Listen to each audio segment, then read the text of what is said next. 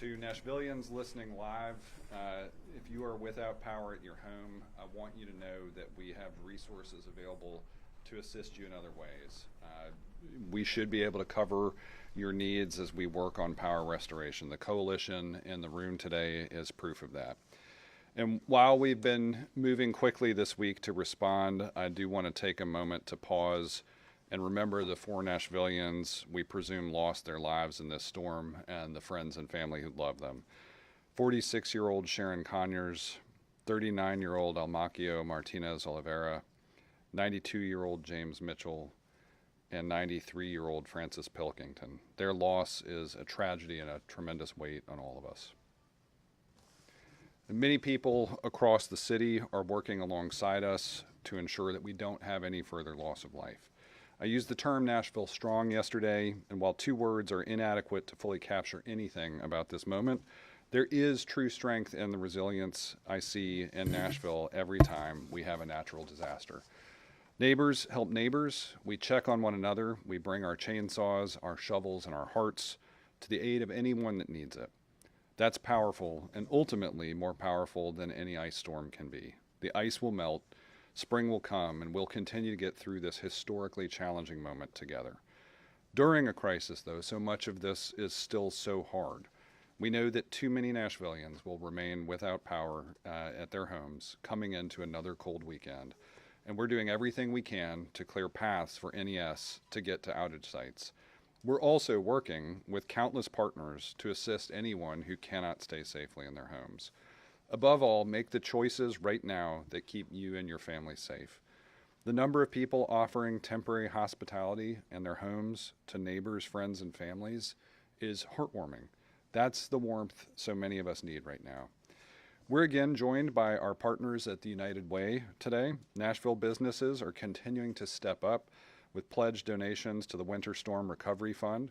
For example, our Nashville Predators shared how to donate at last night's game. The Preds are stepping up in other ways too.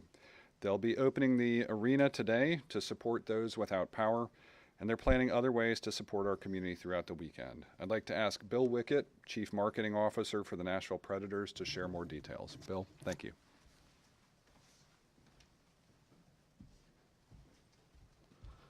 Thank you, Mayor. On behalf of the Nashville Predators and Bridgestone Arena, we're proud to be able to do what we can to help everybody in need. Today we open the arena at 11:30. It will be open from 11:30 to 4:30 for anybody that would like to come in and get warm, fill a bottle of water, charge some cell phones, and we're also serving meals today. So anybody is welcome at the arena from 11:30 to 4:30 today. In addition, we're hosting 2 Harlem Globetrotters basketball games tomorrow at 2 o'clock and at 7 o'clock. We're pleased to make 500 tickets and food vouchers available to individuals and families that would like to attend either of those games. Those tickets and food vouchers can be picked up at Bridgestone Arena box office today from 12 to 5 p.m., at Fordyce Antioch from 2 to 6 p.m., and at Fordyce Center Bellevue from 2 to 6 p.m. Last thing I'd like to add is that we've stood up a website, NashvillePredators.com/Smashville Strong. People can go to that website and make a donation. They can look for ways to volunteer, and we'll continue to populate that page over the coming days so that people have a resource to go to and look for ways that they can help. Thank you.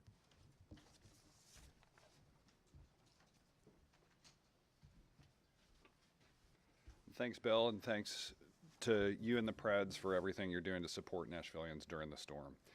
Our hotels and short-term rental community are also stepping up to help support residents who need longer-term lodging.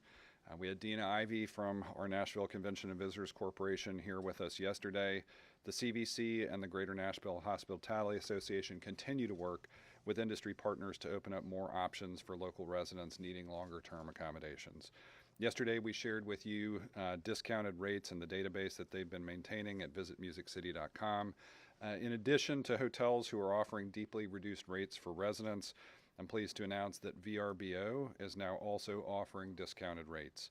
VRBO has created a dedicated page listing local properties with reduced rates, which can be found at vrbo.com/Nashville. And again, those discounted hotels are available at visitmusiccity.com/hotel-local-discounts.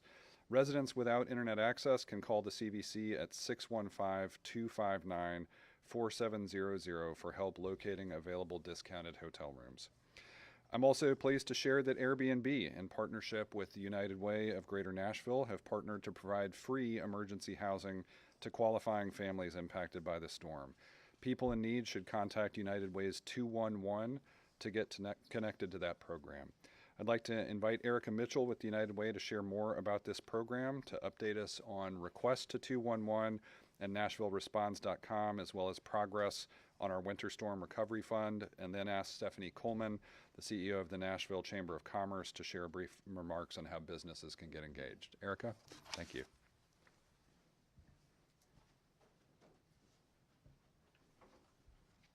Thank you, Mayor O'Connell.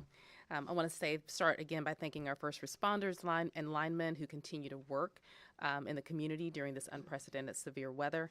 As you know, yesterday, United Way of Greater Nashville activated the Winter Storm Recovery Fund for Davidson County residents. I can't express enough gratitude to Tractor Supply Company, who made an extraordinary lead gift of $250,000, helping launch the fund with significant early momentum and demonstrating what true corporate leadership looks like. As of this morning, fundraising totals are just over $500,000.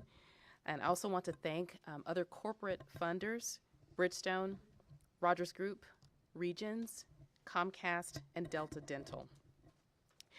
Tentatively, in terms of dispersion of funds, our plan is to disperse funds starting early next week once funds have been committed, or once the funds that have been committed are in-house. A list of who receives funds, how much received, and services that nonprofits will be providing will be released when the funding is received and will be available on our website. Again, we will prioritize funding through Nashville Volunteer Organizations Active in Disaster, or VOAD. Those partners, based on the needs that we're seeing with Charity Tracker and our 211 helpline. A little bit of data. As of late yesterday, our week-to-date 211 calls, just over 1,300 calls have been made and a little over 2,000 referrals. The top three needs are shelter, food, and disaster relief. As Mayor shared, we are also happy to announce that Airbnb Foundation will work with our 211 helpline to offer free emergency housing to residents displaced by the winter storm. I want to thank Airbnb for choosing United Way and 211 as a trusted partner. We're working right now on how residents will be able to utilize the program. To share a little bit more background, Airbnb is an independent U.S. nonprofit organization dedicated to connecting people with temporary housing during emergencies. Since 2020, they have supported more than 250,000 people with free emergency stays around the world. Airbnb provides free emergency housing for families who are displaced by crisis or disaster. They also support first responders and relief personnel who are deployed and assist during emergencies. When Airbnb activates for an emergency, they work with governments and nonprofit organizations to identify and refer people in need of temporary housing. Once referred, they issue an Airbnb.org credit that allows the household or responder to book a stay at any available home on the Airbnb platform. Guests must have or create an Airbnb.com account, and each reservation must be made directly by a member of the household who will be staying in the property. If you have been impacted by the recent storm or displaced, please call 211. Another reminder to anyone who lives inside or outside Davidson County who is in need of help, please call 211. You can also visit NashvilleResponds.org. And the 211 call center is open today until 8 p.m., as well as over the weekend between 8 and 5 p.m. I want to encourage anyone who is able to make a donation. The QR code for the Winter Recovery Fund is on the screen. And now I will pass it to Stephanie Coleman.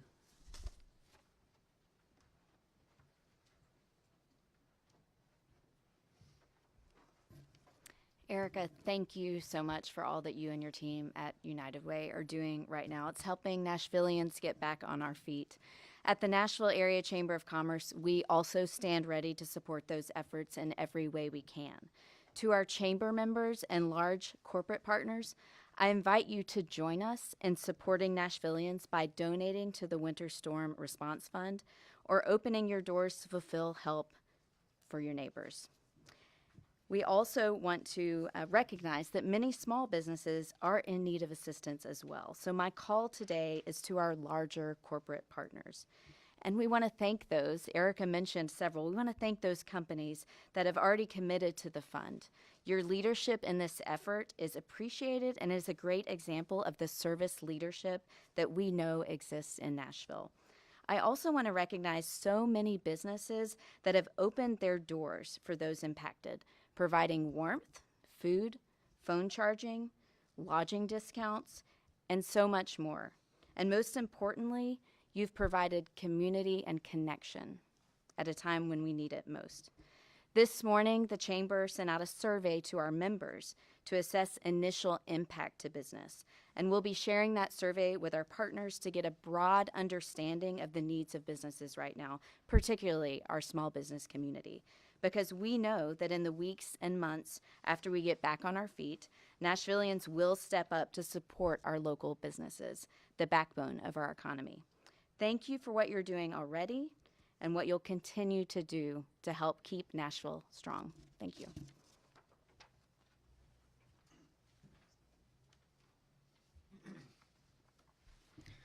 Thank you, Stephanie and Erica. We're incredibly grateful to have community partners who can come together with local government in such an impactful way for the city and the people we all love. In addition to the temporary housing resources outlined just now, we continue to operate 24-hour shelters at the Bellevue Community Center, Madison Community Center, Southeast Community Center, and the Nashville Fairgrounds. These centers will be open and operational throughout the weekend. We'll also continue to provide transportation to and from these warming centers for those who need support throughout the weekend. And we've added more transportation options to help people get there. WeGo has contributed a van for us to add to our fleet of vehicles that are helping anyone without power get to a shelter. The number to call if you need transportation assistance to one of our active shelters is 615-401-1712. My thanks to WeGo for stepping up and adding to our fleet of vans helping transport Nashvillians. And I want to thank the National Guard who have joined us in Nashville over the past few days for their help in clearing debris and ensuring linemen can get to severely impacted locations. You can see a few photos of the Guard here working today with NDOT and NES crews. I know they were in Bellevue this morning. Every contribution brings us one step closer to getting power back online for everyone. For another hour, Second Harvest Food Bank is holding a food distribution drive at the Nashville Farmers Market. We've got 10 food truck partners there, also serving free food to anyone in need. In metro openings, most of our libraries are also back open today. While they're great indoor recreational activity for families and a place to go get books and magazines and other media, they can also be a place for warmth. Most library locations are open today until 4 p.m. Libraries will also be open on Saturday at an adjusted schedule of 10 a.m. until 4 p.m. Head to library.nashville.gov for more information on open locations and hours.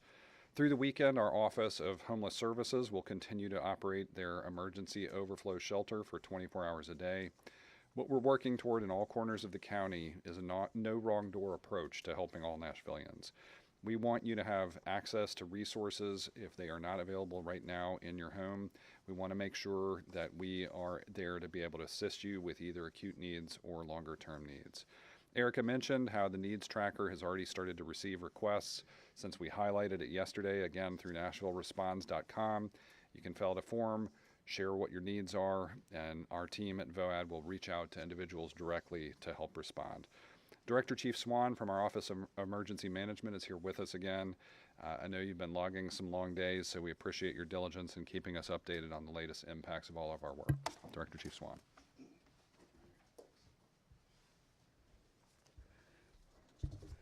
So I have a couple of briefings and information I'd like to give out. Number one, we're going to talk a little bit about this upcoming weather. Temperatures will plummet once again this weekend with over 60 consecutive hours of below freezing temperatures that are expected. Wind chills will be below zero, especially overnight. We will see snow showers on and off Friday afternoon through Saturday, Accumulations of a dusting to 1.5 inches are likely in the Middle Tennessee area, and then east of I-65 with 1 to 2 inches on the Cumberland Plateau. My key message and concerns: slick travel is a concern, especially across the plateau Friday night through Saturday. With cold temperatures persisting, make sure you're safe and you dress appropriately. As far as our shelter updates, we continue to provide safe shelters for our communities. Since we've started providing shelters, we have transported more than 970 people across 740 calls for transportation. Overnight, we had more than 380 people in our warming shelters in 4 locations. We opened up a new shelter in Bellevue. You heard the mayor speak on it, the Bellevue Community Center. So remember, we provide transportation to and from the shelters. For a ride, please call that special hotline, 615-401-1721.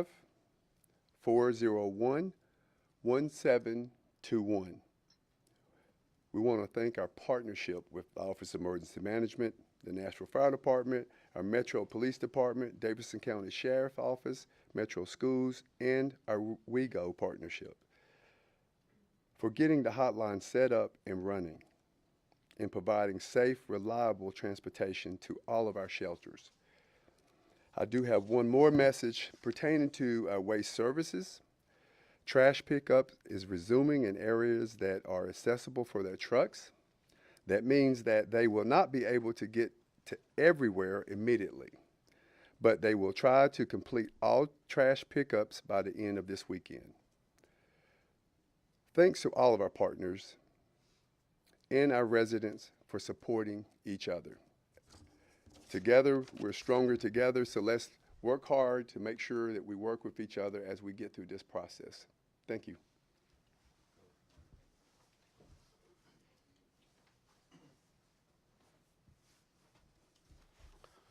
Hello, I'm Philip Jones, the Deputy Director for the Nashville Department of Transportation. Just kind of give you a little update on kind of where we're at and what we're doing from the Nashville Department of Transportation. We've got 46 crews working throughout the county. That's county-wide. That includes TDOT. We really appreciate our partnership with TDOT. We've got some guard out there, if you've seen in some of the pictures, working alongside with our crews. We'll be continuing that through the weekend. That's from 6 a.m. to 6 p.m. that we're running those crews. We have additional crews that we're running overnight that are working close and coordinating with NES as their needs come on board after hours. Multiple inspectors out assessing damage to transportation infrastructure around the city. NDOT's number one priority is supporting power restoration efforts, and the bulk of our resources are dedicated to those efforts at this time. NDOT crews are working 24/7, clearing roads across the county, focusing on tree, limb, vegetation removal in close coordination with NES. NDOT does not clear or remove fallen tree limbs or vegetation on private property. We need, on the traffic signals, I've got signal crews out that are making some repairs. We've still got a lot of outages as far as power, making sure that everybody is aware that traffic signals lacking power, dark intersections should always be treated as a four-way stop.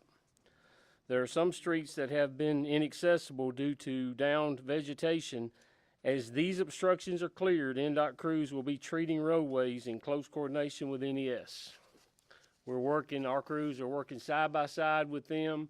We've got at the OEM, we've got our staff and their staff are sitting side by side. We're coordinating what trees are cleared. I want to bring up one thing that we've talked about multiple times. The homes that have generators, and we've ran into this, where if NES is cleared that the power is safe for our crews to come in and cut and clear, if they have a generator that's wired in improperly, it's back feeding into the power lines. We have methods trying to be safe to make sure that those lines are clear, but when you run into that, if these generators are not wired into the home properly, they back feed through those wires, which create electricity out on where they're running across the trees, where we have down lines. We're having those issues. So we just ask to make sure that if you have a generator wired into your home, that it's been properly wired in. NDOT is scheduling special collections for vegetation and will announce those dates in the coming days. There are no size guidelines for vegetation brush, but piles should not block utility infrastructures, culverts, storm drains, or drainage ditches. We will be getting back with everyone, giving you a schedule, time for pickup. And we just want to make sure as we're clearing, there's still a lot of roads that are treacherous. So we want to continue, as we're clearing them, we're continuing to salt those. We are prepared for the threat of inclement weather coming in this weekend.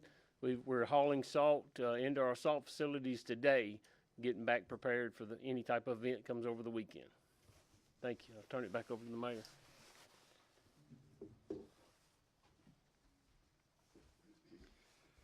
Thank you, Philip. Thanks to the NDOT team and Director Chief Swan. We know Director Potter, so many teams are working 24/7 right now, and their work has ensured that we've all been able to get around the city to get to resources, a warm place to stay, or a convenient place to get a bite to eat.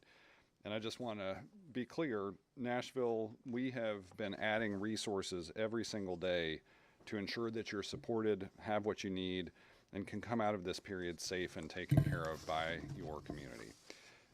It can be events like this that make it hard to stay at home when you are not with power for so many days. We've lived through it ourselves in previous natural disaster at our house.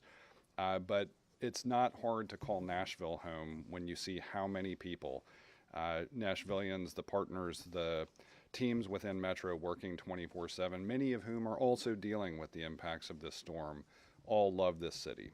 The last week, while incredibly challenging, has been an important reminder of that. So thank you all. Stay safe, stay warm, and stay Nashville strong. With that, we'll turn it over to Alex for moderating some questions. Stay up here. Thank you, everybody. We'll try to get to as many as possible. Some may be best directed to the Nashville Electric Service. My understanding is they have a briefing at 3 o'clock. Steve, we'll start with you. Good to see you. In the past, warming centers had a cap on them.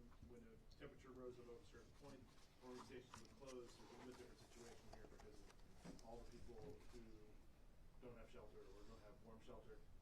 What are the parameters going to be for keeping these warming centers open, kind of going forward past the weekend?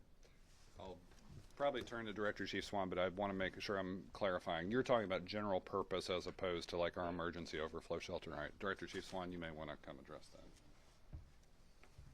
Yeah, that is a great question. What we've done is supplemented the shelters that we have. We have Red Cross that are helping to run the shelters, but alongside of that, you got Nashville firefighters in there, along with Metro police officers, so that no one would be turned away. And as the need comes about, we build it out more. So there, we've got the space and capacity, and we work closely with our Parks Department. And as you know, we have one at the fairgrounds.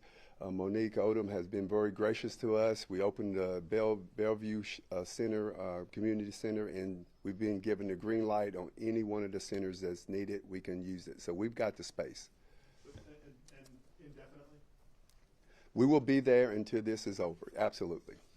And Steve, I'll follow up on that. We're getting to that end of the emergency declaration that we had last Sunday. That's one of the things that has enabled this expansive process of resources. And similarly, when we get to the more formal recovery process with FEMA, that's one of the things that we will be submitting as just the resources we've been deploying to keep people safe. Yeah, Cindy. Is there an update on water main breaks, and are there resources for people who are struggling to access water? I will turn that over to Director Potter of Metro Water Services. Scott. Thanks, sir. We have 11 main breaks presently. We've got adequate MWS crews as well as contracting crews available to repair them. If people get in emergency status for water supply, I encourage them to contact OEM, and hopefully we can arrange a water delivery. I want to request once again that business owners and homeowners that are unoccupied, businesses and homes, to check for leaks. This morning we found a backflow preventer that was 4 inches in diameter that had failed. So it was a 200 psi, 4-inch hole in a pipe that was really operating at about 500 gallons per minute. That kind of stuff really adds up. So really encouraging people to look for those leaks. You share the number for if you see a main break. Oh, yes, sir. 615-862-4600. And Cindy, we shared on our social media yesterday at Director Potter's guidance some quick steps if you have to leave your home for a long time, a checklist that you can go through to make sure your water is as safe as it can be. Yeah, let's go here. Mayor O'Connell, why did the city and NES stop doing joint pressers, and what specific benchmarks are you using to judge whether NES's response is acceptable right now? Yeah, we talked about this a little bit yesterday. We continue to stay in close contact with NES about the progress we're making. I think we're trying to keep these events focused on new information, and so as they've got new information to share, we're excited to see that process continue. But I think we are very focused on the places we're making progress with Metro's response, and looking forward to seeing NES continue to contribute new information to the conversation. And many of us reporters were at NES's press conference yesterday. I was asking a lot about how many contractors they have. A lot of other reporters were asking different questions. We didn't get a lot of those questions answered. Do you have anything to say about their kind of lack of response to those questions? We continue to hope that NES will be prepared to offer you and us and Nashvillians those answers in a better format. Yeah, Karen. Yeah, this is for the mayor. So yesterday you had said in terms of NES's leadership, it was successful given the circumstances. I know this report in front of me just mentioned the press conference that went on yesterday. I understand that you want them to be clear with you as well. Yeah. But do you still stand by your statement that you feel like NES's leadership was successful? Operationally, we will get to after action. I shared this again yesterday, Karen. We're in the middle of the response, but we know they have been adding capacity every single day, just like we have. We have been adding capacity specifically to support their operations. You just heard Philip talk about that from the NDOT perspective. And then once we have better information in the after action process, we'll be able to make a determination about their total performance. So just follow up, is it not enough that 4 people have potentially died from this and tens of thousands are still without power for you to make a definitive answer on whether or not this was handled correctly by NES leaders? I think, again, we are in the middle of the response. It is the largest outage event in their history, and it's the largest response in their history as well. And just talking about so you're talking about this, again, we're going back to the the unprecedented nature of it. Yesterday I asked you a similar question, but just take us into the scope of the pre-planning that the city had with NES leaders, and what kind of questions were answered to make sure that NES had things handled before all of this happened. Just like our Office of Emergency Management has a pre-planning scenario, NES does. I think you've heard Brent talk about that, where they have mutual aid and contracts that they can engage. You know, this winter storm affected multiple sites. It puts a strain on everybody's ability to get new resources as quickly as they want them, but the plan that they shared with us and the plan that they've executed meant that we have more line workers working in the field than we've ever had in Nashville. Let's see, front row, Austin. Yeah, thanks. Talked a little bit earlier about the forecast upcoming with temps getting really low, some potential for snow again, potentially even some accumulation. So I'm wondering if that renews any concerns of roadway management or anything, that maybe we can hear from NDOT about that. Philip, Yeah. you want to take that? And I'll share as Philip's coming up. Austin, we're keeping an eye on this right now. The weather forecasts we've seen don't suggest ice accumulation, and so I'll let Philip talk about roadways. Yeah, we've been monitoring close. We're prepared. We've got material on hands. We've got drivers on standby, so we'll continue to monitor the weather as it gets closer. And then Austin, again, following up, we've got not only more plows in the fleet that we've been systematically adding to over the past couple of years, but they are the multiple of them. The majority of those plows are now brand new state-of-the-art equipment that has helped us get to that road clearance activity and will help us again this weekend. Emily? Mayor, you said yesterday that you expected NES to better communicate with the city. It's been 24 hours, sure, but do you have any indication that NES is actually listening to you and better communicating with its residents? I think they have heard us, and I'm still waiting to see the ability to meet our expectations. When you say they've heard us, what does that mean? I mean, I think they understand. I think their communications team, I think the people that they are working with as communications partners understand that we have also been frustrated like the city with their response. And then a follow-up, there's a lot of ambitions in Nashville to show that it can be a city that could support a political convention, a Super Bowl. How, after this, when it's almost been a week when people don't have power, how can you turn to people looking to invest in Nashville and say, we are prepared in a case of emergency to support all of you? And how do you look at residents who often feel overlooked already in favor of tourists and business and say, we are prepared and have the capacity to support and help you even in unprecedented times? Yeah, I think that's the thing.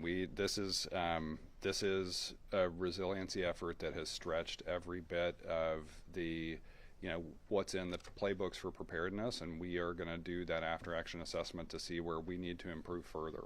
That's across all measures, not just utility infrastructure, but I'm sure it's going to put renewed pressure on how quickly could we expand beyond 25%, the percent of infrastructure that's buried. It is hard to go through an unprecedented event. I think if you look around the country where you've had extraordinary wildfire scenarios or other major events, any city that goes through this finds their resources taxed, gets through it, and looks at how to do better going forward. We're going to do the same thing. Let's see. We'll go to the back. Dan?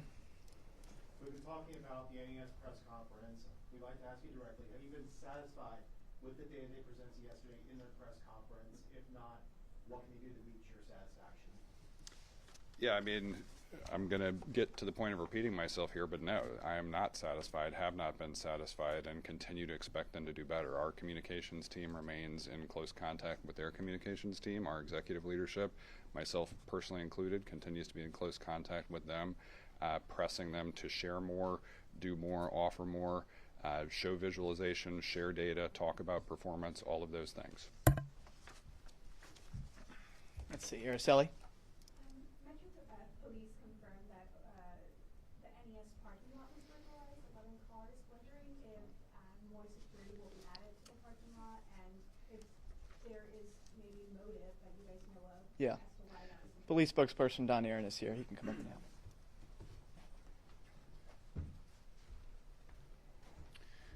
So during the 4 o'clock hour this morning, there were 11 vehicles belonging to NES workers that were burglarized in a lot on 12th Avenue North. The police department is very actively investigating this. There is a team of detectives on it right now. There is information being pursued.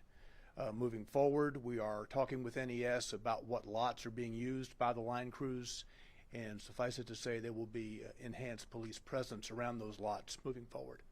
Were linemen impacted? Do you know? You're asking, were the vehicles linemen's vehicles? Yes, we believe so, yes. Stay in the back. Megan, how are you?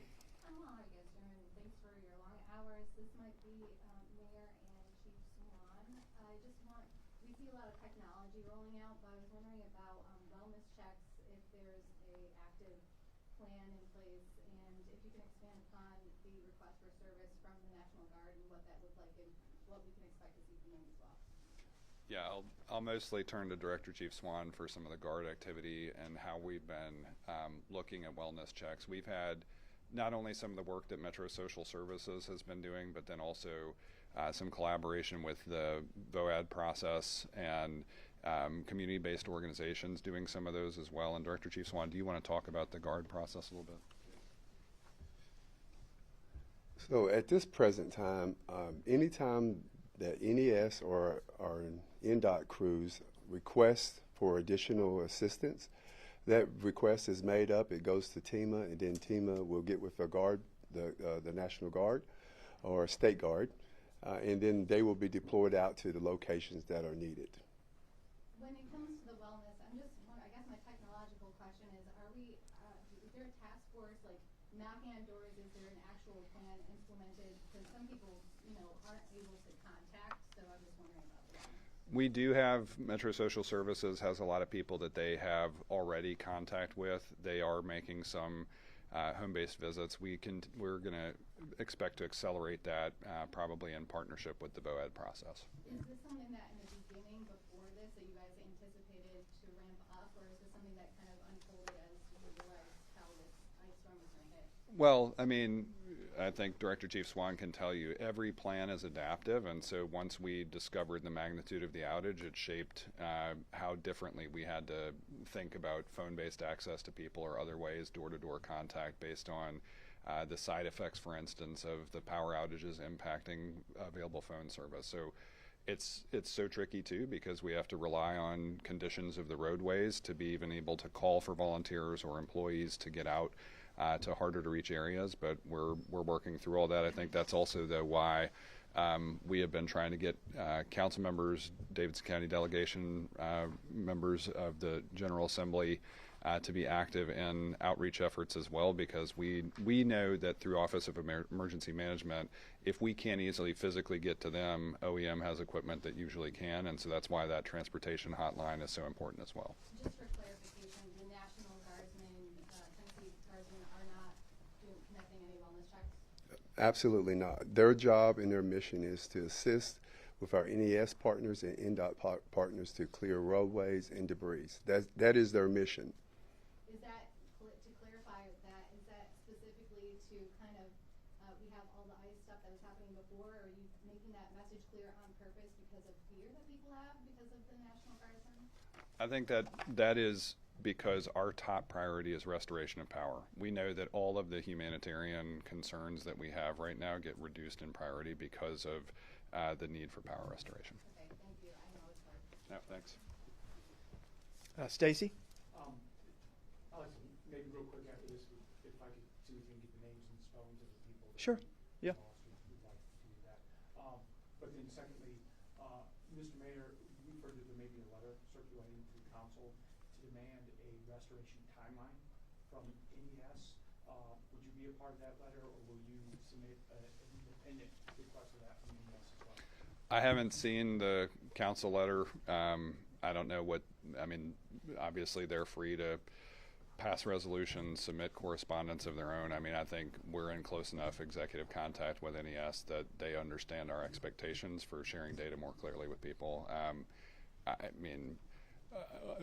Metro Council could send such a letter. I think the hardest part of this is that, like Steve's question, Director Chief Swan, we're not going to close shelters until everybody's back to power.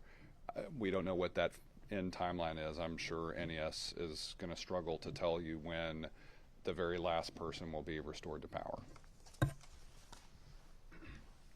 Let's see who we not got to. Stephen? The emergency alerts that go directly to your phone, like an Amber Alert.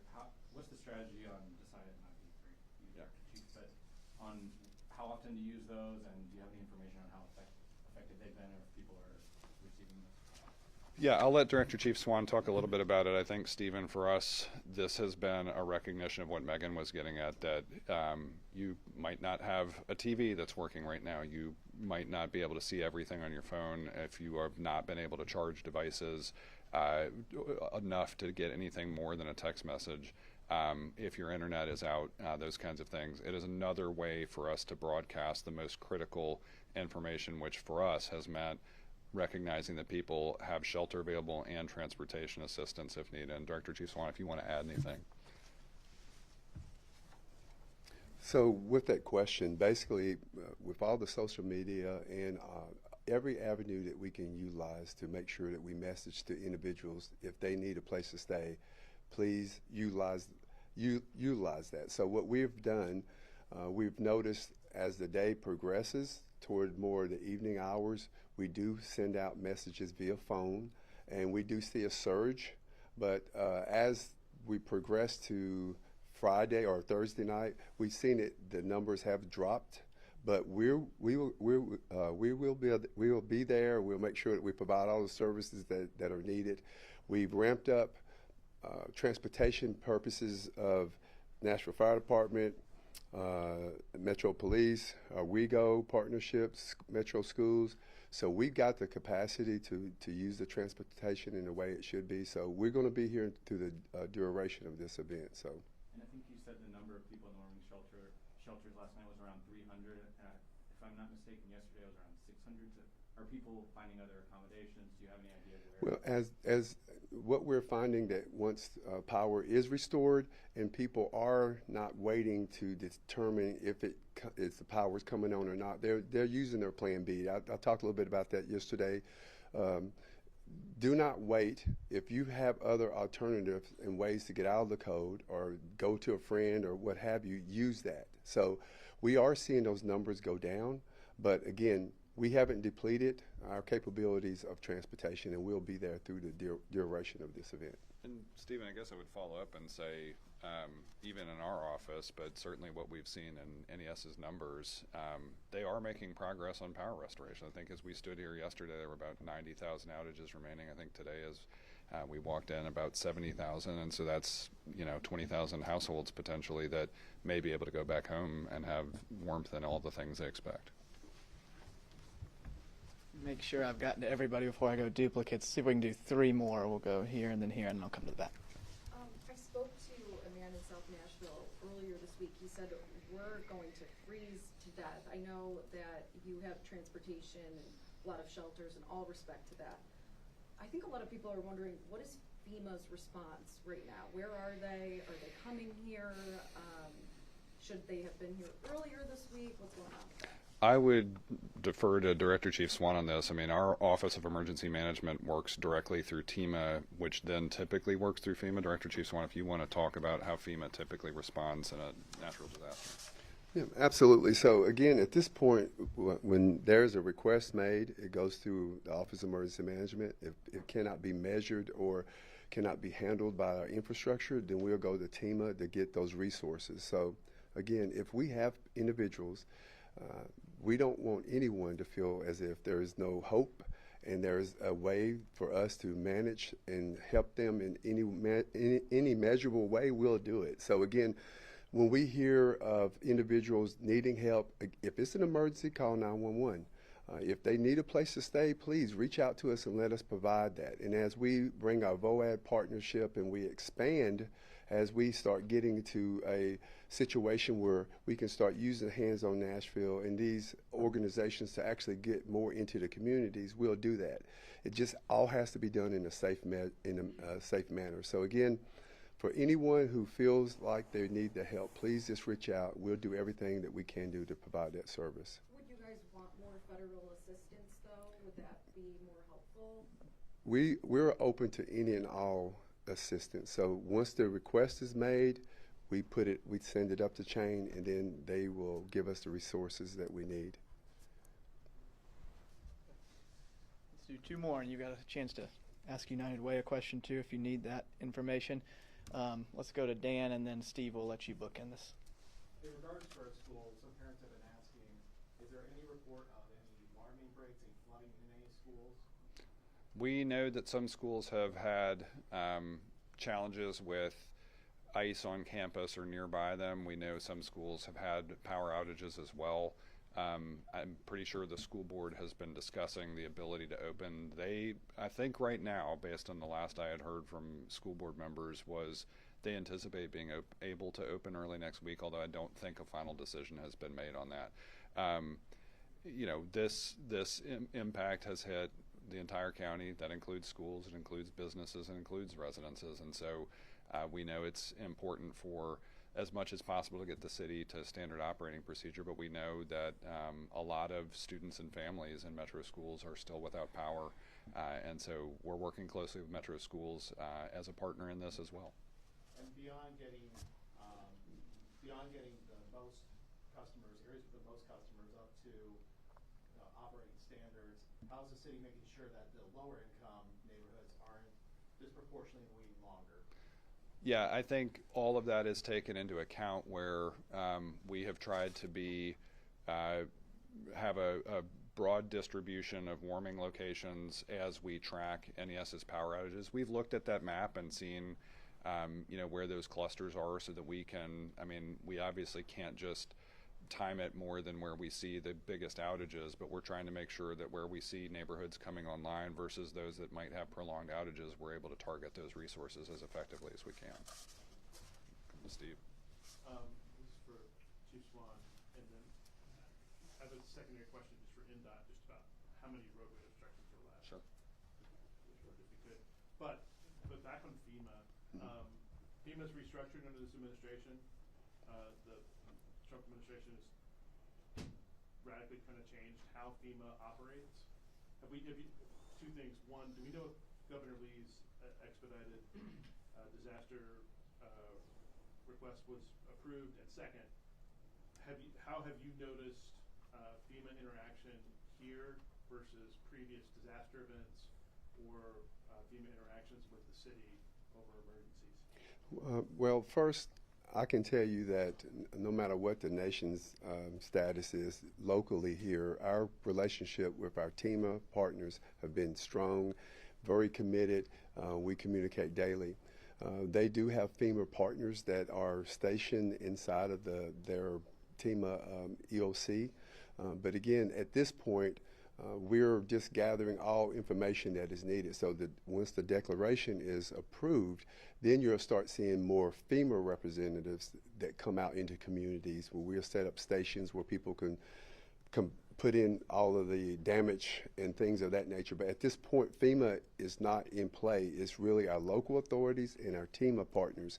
That's who is managing this situation right now. But FEMA is here, and once we get into the phase where we start opening up our shelters where people can come in and report damages, and they'll be out in the communities assessing damages and also helping to small businesses and things of that nature. So we are working as smooth as we can be. And then you had a question for... But Governor Lee, we don't know about Governor Lee's... I've not heard of it. No, I have not. Absolutely. No. Philip? Steve, this was about number of roadway obstructions remaining. You mentioned roadway obstructions. Like, how many are we talking about? What's that kind of come down? We're finishing our assessment. We should be finished tomorrow with the complete countywide assessment. Right now, we've responded to over 1,000 trees we removed out of the roadway. We've probably written about a little over 5,000 throughout countywide, and that includes anything from sidewalk obstructions. Tomorrow, we will be deploying about 40 additional staff bucket trucks that'll be addressing overhanging limbs, leaner trees, and things of that nature.